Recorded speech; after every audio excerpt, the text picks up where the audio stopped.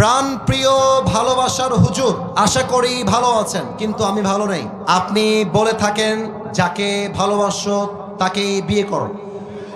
আমি নাউজুবিল্লাহি মিন যালিক।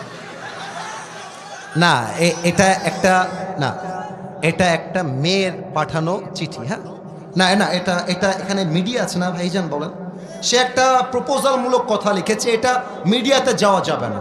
আমাদের দর্শনের একটা সুনাম আছে, আমরা চাই না এই সুনামটা নষ্ট হয়ে যাক, ঠিক কিনা বলে? প্রিয় বোন, আমার পেছনে লাইন দিয়ে লাভ নাই, আপনি অন্যদিকে যান। আল্লাহ আপনাকে দিনদার নেককার স্বামী দান করুক। পড়েন সবাই আমিন। হুজুর, আমি আমার জীবনে 9টা মেয়েকে বাড়ি থেকে পালিয়ে নিয়ে এসে বন্ধুদের সাথে বিয়ে দিয়েছি, কারণ তাদের মধ্যে হারাম সম্পর্ক ছিল এবং তাদের পরিবারের কেউ তাদেরকে বিয়ে দিতে রাজি ছিল না। মেয়েগুলোর অন্য জায়গায় বিয়ে দিচ্ছিল, এই জন্য পালিয়ে নিয়ে এসে বন্ধুদের সাথে বিয়ে দিয়েছি। এতে কি আমি পাপ করে ফেলেছি? এটা আমার না। আচ্ছা, রাগ করবা না, এটা আপনাদেরকে কে দিয়েছে? যুবকরা দিয়েছে এটা? আচ্ছা, যুবকরা দিয়েছে। মহান ব্যক্তি মনে হয় এখানে উপস্থিত রয়েছেন। আমি তাকে বলবো, যাকে পছন্দ তাকেই আমাদেরকে বিয়ে করতে হবে যুবক ভাইরা। তবে খেয়াল করবা, কার মেয়ে নিয়ে আসছো সাবধানে নিয়ে আসবা। ভুলে ভালে ভিন্ন মেয়ে তুলতে গেলে কিন্তু তোমার পিঠের চামড়া একটাও থাকবে না। তবে আমার যেটা মনে হয়, পালিয়ে বিয়ে করাটাকে আমি সাপোর্ট করি না, ইসলামও সাপোর্ট করে না। তবে যারা পালিয়ে বিয়ে করে, এরা সাদে সাদে পালিয়ে বিয়ে করে না। আরে দেয়ালে পিঠ ঠেকলে মানুষ পালিয়ে বিয়ে করতে বাধ্য হয়। আমার তো মনে হয় যুবকের বাপ যদি যুবককে রাইট টাইমে বিয়ে দিয়ে দেয়, আরে পালিয়ে বিয়ে করবে কেন? ধুমধাম করে সবার সামনে বিয়ে হবে। এখন দেখা যায় যুবকটা বিয়ে করতে চায়, বাপ বলে তুই তোর নিজের পায়ে দাঁড়িয়ে তারপরে বিয়ে করবি। মেয়েটা বিয়ে করতে চায়, বাপ মা বলে তোর বয়স এখনো 18 হয় নাই। আমি দর্শনার কাছে প্রশ্ন রাখতে চাই, 18 বছরের আগে যদি একজন মেয়ে বিয়ে করতে না পারে, 16 বছরের মেয়ে টিকটকে নেচে বেড়ায়, এই আইনটা কোথায় থেকে আসবে যুবক ভাইরা, বলো আমাকে। 16 বছরের মেয়ে টিকটকে নাচতে পারবে, পার্কে গিয়ে প্রেম করতে পারবে, হোটেলে গিয়ে বয়ফ্রেন্ড নিয়ে নষ্টামি করতে পারবে, হালাল ভাবে বিয়ে করতে পারবে না। এটা প্রমাণ হয়ে যাচ্ছে। পার্লামেন্ট চলছে আল কোরআন দিয়ে নয়, পার্লামেন্ট চলছে পশ্চিমা আমেরিকার সভ্যতা দিয়ে। যুবক ভাইরা আমার, আল্লাহ যুবকদেরকে হালাল ভাবে বিয়ে করার তৌফিক দান করে। পড়েন সবাই আমিন।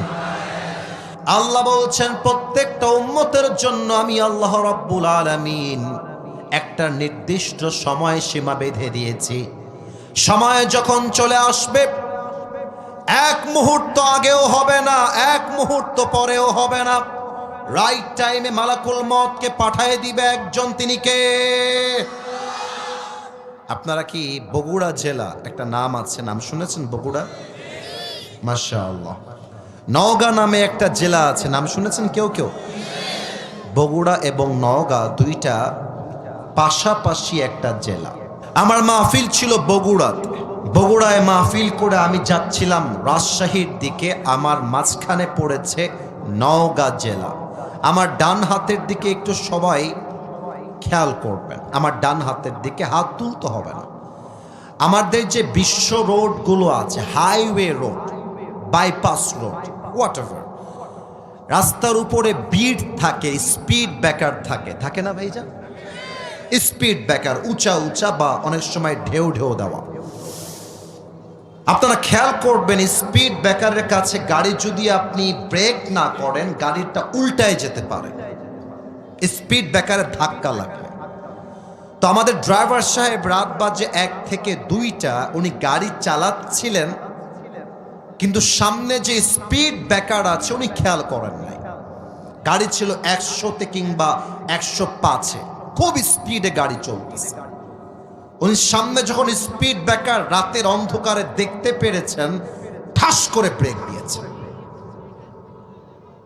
আর এত জোরে ব্রেকটা আঘাত লেগেছে, আমার সিট থেকে একটা আঘাতে আমার এখনো মনে পড়ে, আমি উঁচুতে উঠে গেছি, আমার মাথাটা গাড়ির ছাদে লেগে যাবে, এতটা উঁচুতে আমি উঠে গেছি ব্রেকের চাপে। আর গাড়িটাও এক লাফে কেমনটা যেন উড়ে যাওয়া ভাব, এতটা উঁচুতে উঠে গেছে। আমার একটা মুহূর্তের জন্য ফিল হয়েছে যে লা ইলাহা ইল্লাল্লাহ মুহাম্মাদুর রাসূলুল্লাহ।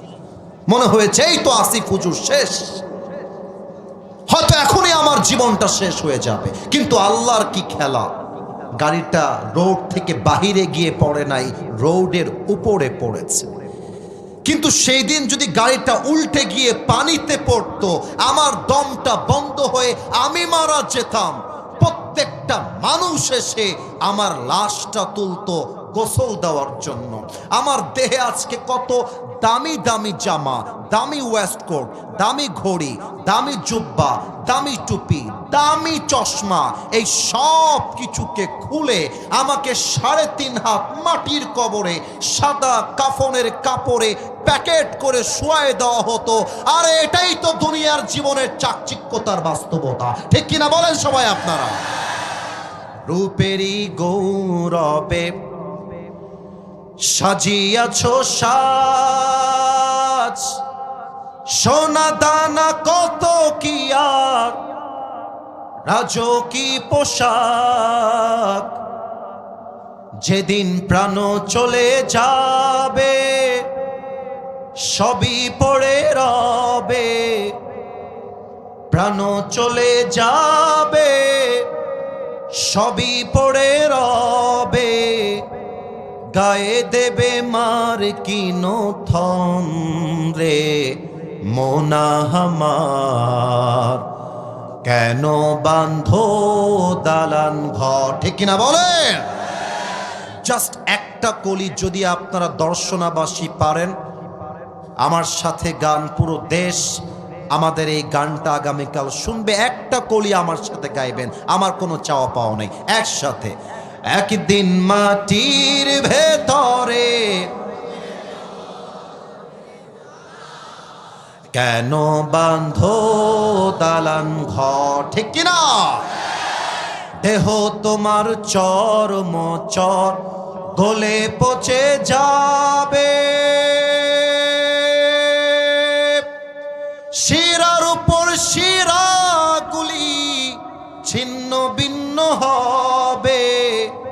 মন্ড মিরু দণ্ড সবই হবে খণ্ড খণ্ড, মন্ড মিরু দণ্ড সবই হবে খণ্ড খণ্ড। পড়ে রবে মাটির উপরে মোনা আমার, কেন বাঁধো দালান ঘর। একসাথে একদিন মাটির ভেতরে কেন বাঁধো দালান ঘর, ঠিক কিনা বলে? আমার আল্লাহ রাব্বুল আলামিন বলেন, ওয়ামাল হায়াতুদ দুনিয়া ইল্লা মাতাউল গুরুর। This life of this world is nothing more than play and entertainment. এই দুনিয়ার জীবনটা একটা চাকচিক্যতা ছাড়া, ধোঁকা ছাড়া আর কিছু হতে পারে না। আজকে হাজারো যুবক আমার মাহফিলে এসেছে। আমার একটা তাবলীগের জামাতের সাথে সম্পর্ক ছিল। আমি মসজিদ থেকে তাবলীগের দাওয়াতের জন্য একদিন বিকালবেলা বের হয়েছিলাম 3 দিনের জন্য। আমার ওই কথাটা এখনো কলিজায় গেঁথে আছে, তাই আমি আয়াতটা তেলাওয়াত করার পরেই মনে পড়ে গেল।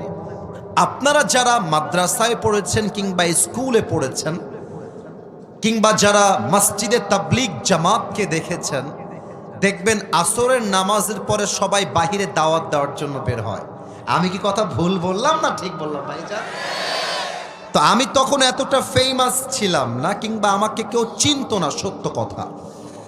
তো আমি যখন দাওয়াত দেওয়ার জন্য রাস্তায় বের হলাম, বিশাল বড় একটা মাঠ, যুবকরা ফুটবল খেলতেছিল। আমিরে জামাত, আমাদের তাবলীগের যিনি জামাতের আমির ছিলেন, উনি বললেন, যুবক ভাই আমার, মাগরিবের নামাজের পরে ঈমান এবং আমলের বিশেষ ওয়াজ হবে, আপনি আমাদের সঙ্গে চলেন, মাগরিবের নামাজটা একসাথে পড়বেন। দাওয়াত দেওয়া হলো।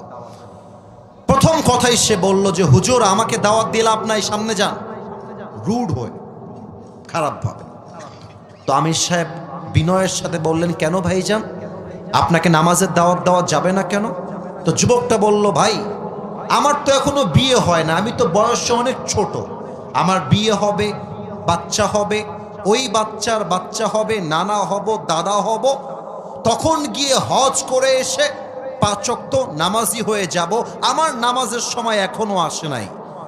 আমি প্রত্যেকটা যুবককে বলতে চাই, তোমার মতো হাজারো যুবক ছিল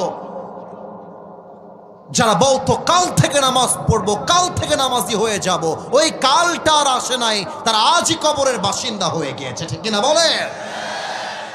আল্লামা ইকবাল রহমতুল্লাহি আলাইহি লিখেছেন, হুয়ে নামওয়ার বেনিশা कैसे कैसे, ये जमी खा गई नौजवा कैसे कैसे, ये जगह जी लगाने की दुनिया नहीं है, ये इबरत की जा है तमाशा नहीं है, तुझे पहले बचपन ने बरसों खिलाया, जवानी ने फिर तुझको मजनू बनाया, अजल तेरा कर देगी बिल्कुल सफाया, मेरे दोस्त ये जगह जी लगाने की दुनिया नहीं है, ये इबरत की जा है तमाशा नहीं है।